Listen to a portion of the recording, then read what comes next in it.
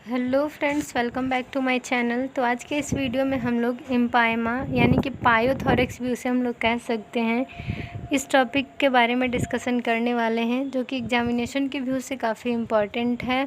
और ये जो इन्फेक्शन है, ये जो बीमारी है वो हमारे फेफड़े से जुड़ी है, यानी लंग्स से जुड़ा ये बीमारी है, रेस्पिरेटरी सिस्टम से जुड़ा। जैसा कि हम जानते हैं कि लंग जो है वो हमारे रेस्पिरेटरी सिस्टम का बहुत ही इम्पॉर्टेंट अंग है। आप इसे प्रिंसिपल ऑर्गन भी कह सकते हैं। मेन फंक्शन जो है इसी ऑर्गन का होता है हमारे रेस्पिरेटरी सिस्टम में, श्वसन तंत्र में। हमारे लंग्स में, हमारे फेफड़े में 2 लोब्स होती हैं, ठीक है। 2 लोब्स में लेफ़्ट और राइट लोब होता है। लेफ़्ट लोब में 2 फिशर्स होते हैं, 2 पार्ट में डिवाइड होता है। राइट लोब जो होता है वो 3 पार्ट में डिवाइड होता है। लेफ़्ट वाले में 2 लोब इसलिए होता है क्योंकि वहाँ हार्ट प्रेजेंट होता है, एक पोर्शन जो है वो हार्ट कवर करता है। नेक्स्ट इसके बारे में जानिए तो लंग्स का जो है ऊपर से कवरिंग होता है, उस कवरिंग को हम लोग प्लूरा कह सकते हैं, जो कि 2 तरह के होते हैं, पेराइटल और विसरल प्लूरा। और इन दोनों प्लूरा के बीच में जो स्पेस होता है उसे प्लूरल स्पेस या फिर प्लूरल कैविटी आप कह सकते हैं। नेक्स्ट है इम्पायमा।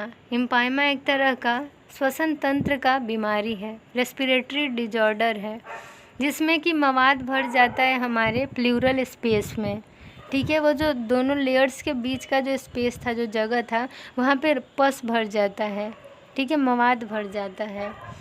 जैसा कि हम जानते हैं कि इसोफेगस और एयरवे यानी एक फूड पाइप है, एक विंड पाइप है।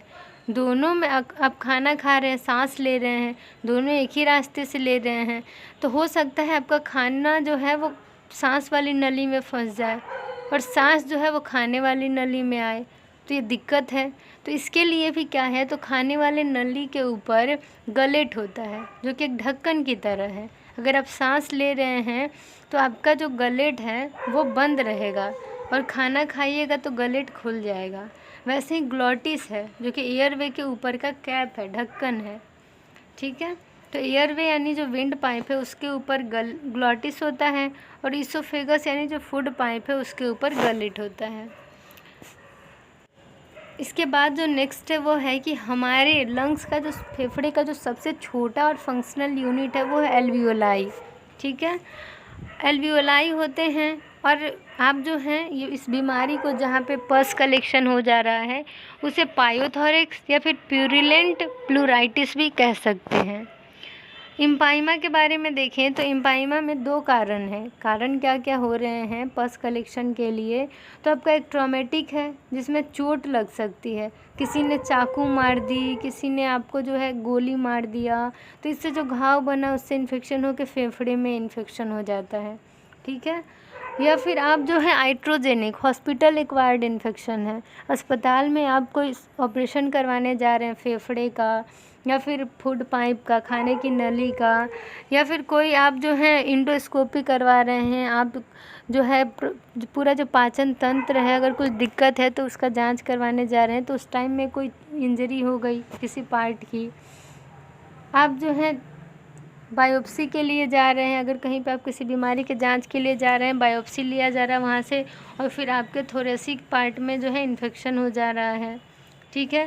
पैरासिंटेसिस कर रहे हैं, यानी मान के चलिए कुछ लंग्स में फ्लूइड भर गया या पस भर गया, तो उसके लिए उसे ड्रेन किया जाता है, तो उस टाइम में इन्फेक्शन बहुत ज़्यादा हो गया। नॉन ट्रॉमेटिक में क्या है कि आपके थोरेसिक स्पेस में और एक्स्ट्रा थोरेसिक स्पेस में ये दिक्कत हो सकता है, जिसमें कि क्या है कि यहाँ पे सबफ्रेनिक या फिर कहें तो हिपैटिक एब्सेस, यानी लीवर में एब्सेस हो जाएगा, या फिर सबफ्रेनिक पार्ट में जो है वहाँ पे कलेक्शन ऑफ पस हो जा रहा है। आपका क्या है कि हड्डियों में जैसे स्टर्नम है, आपका जो है रिब्स हैं, आपका वर्टिब्री है, अगर वहाँ पे इन्फेक्शन हो रहा है तो ये फेफड़े तक पहुँच सकता है। मेडियास्टिनम में, जो कि दोनों फेफड़े के बीच का जगह है, मेडियास्टिनम जो कि हार्ट को प्रोटेक्शन प्रोवाइड करता है, उसमें इन्फेक्शन हो जाएगा। कुछ पुलमनरी डिजीज होती हैं, पुलमनरी डिजीज में न्यूमोनिया हो गया, टीबी हो गया, ब्रोंकिएक्टेसिस हो गया, लंग एब्सेस हो गया। तो अगर फेफड़े में आपका पस कलेक्शन हो रहा है, न्यूमोनिया, टीबी, ब्रोंकिएक्टेसिस हो रहा है, तो बहुत सारी बीमारियां हैं जिसके कारण आपके प्लूरल स्पेस में इन्फेक्शन हो सकता है, जिसमें आप याद रखिए कि अगर कोई लंग के सर्जरी हो रही है या फिर आप कोई इंडोस्कोपी करवा रहे हैं या फिर कोई बायोप्सी के लिए जा रहे हैं तो उस दौरान भी इन्फेक्शन हो सकता है। कोई किसी ने चाकू मार दिया छाती पे या फिर गोली मार दी या फिर किसी तरह का घाव है बहुत समय से तो उससे भी इन्फेक्शन हो सकता है।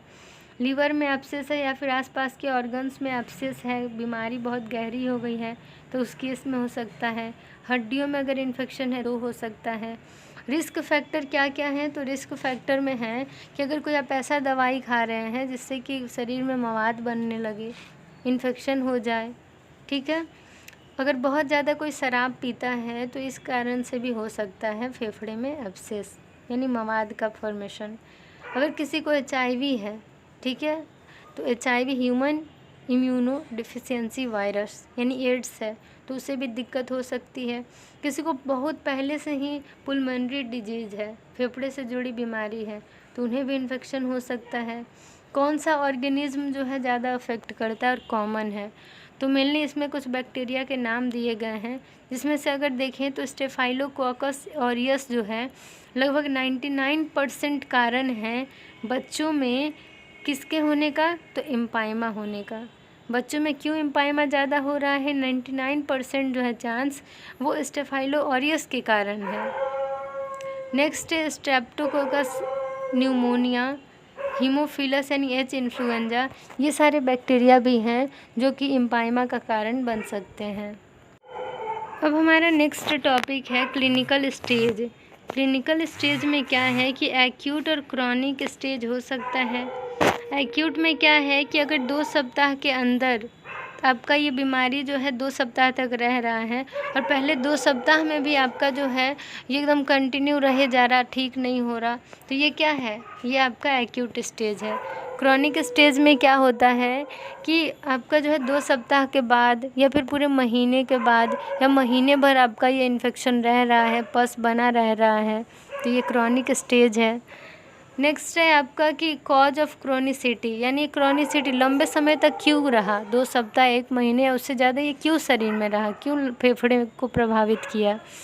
तो अगर आपका इम्यूनिटी कम हो, तब रोग प्रतिरोधक क्षमता अगर आपका कम है, आप जो है सही तरीके से उसे ड्रेन नहीं करवाए हैं, मवाद बन रहा है और आप उसे निकलवाए नहीं है ट्यूब डलवा के सही से।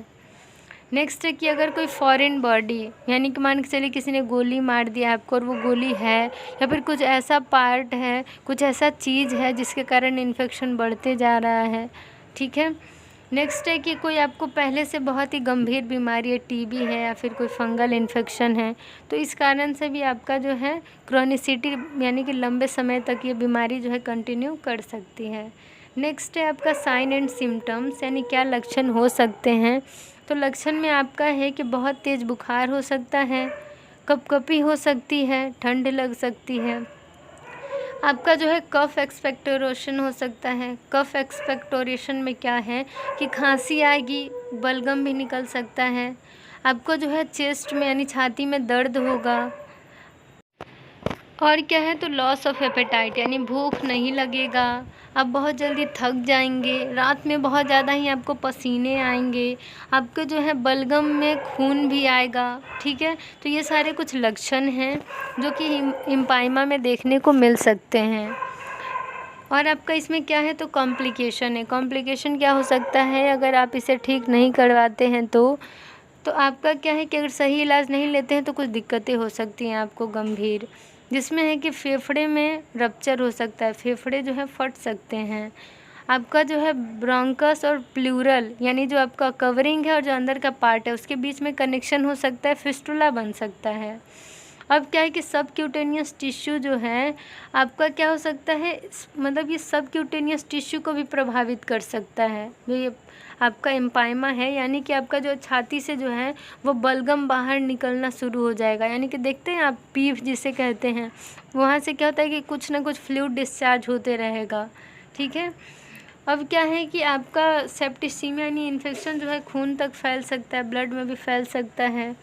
इन्फेक्शन जो है उसके कारण शरीर में ऑक्सीजन की कमी हो सकती है, शॉक हो सकता है, सेप्टिक शॉक। अब है कि कौन कौन सी जांचों को हमें करवाना होगा इम्पाइमा है ये कंफर्म करने के लिए। सबसे पहले आपको छाती का एक्सरे करवाना होगा, सीटी स्कैन करवाना होगा, अल्ट्रासाउंड करवाना होगा, पस कल्चर करवाना होगा, यानी कल्चर और सेंसिटिविटी करवाना है पस का, और हो सके तो थोड़ा सेंटेसिस करवाना है, यानी कि थोड़ा सा ट्यूब डाल के और फिर ड्रेन करना है पस को और जांच के लिए भेजना है। और जो प्लूरल फ्लूइड है निकल रहा है उसका भी रूटीन एग्जामिनेशन करवाना है, रूटीन एंड माइक्रोस्कोपी।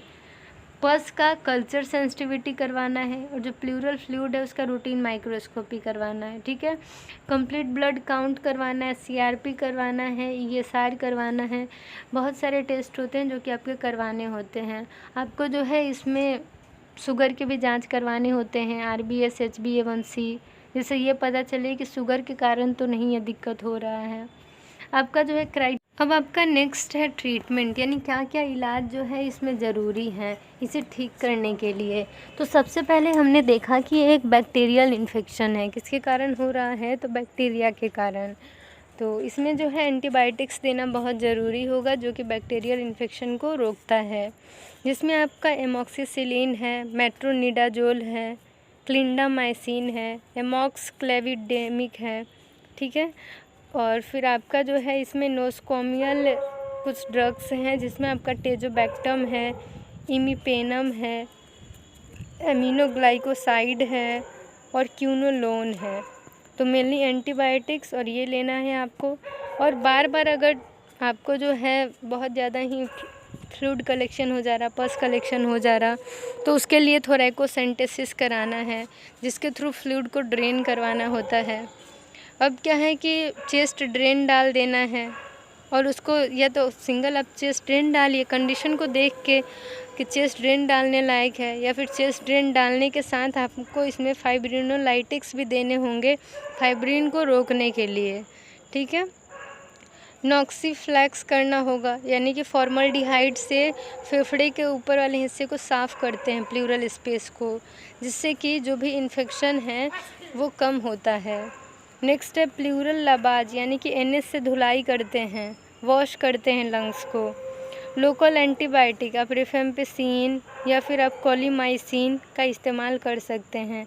आप पूरा फिजियोथेरेपी अच्छे से लीजिए, हो सके तो लंग्स जो है इस टाइम में बहुत ज़्यादा ही कमज़ोर हो सकता है, तो आप स्पायरोमेट्री कर सकते हैं, नेबुलाइजेशन कर सकते हैं क्योंकि आपको ब्रेथलेसनेस भी हो सकता है, सांस लेने में दिक्कत हो सकती है, एयरवे में भी इन्फेक्शन फैल सकता है।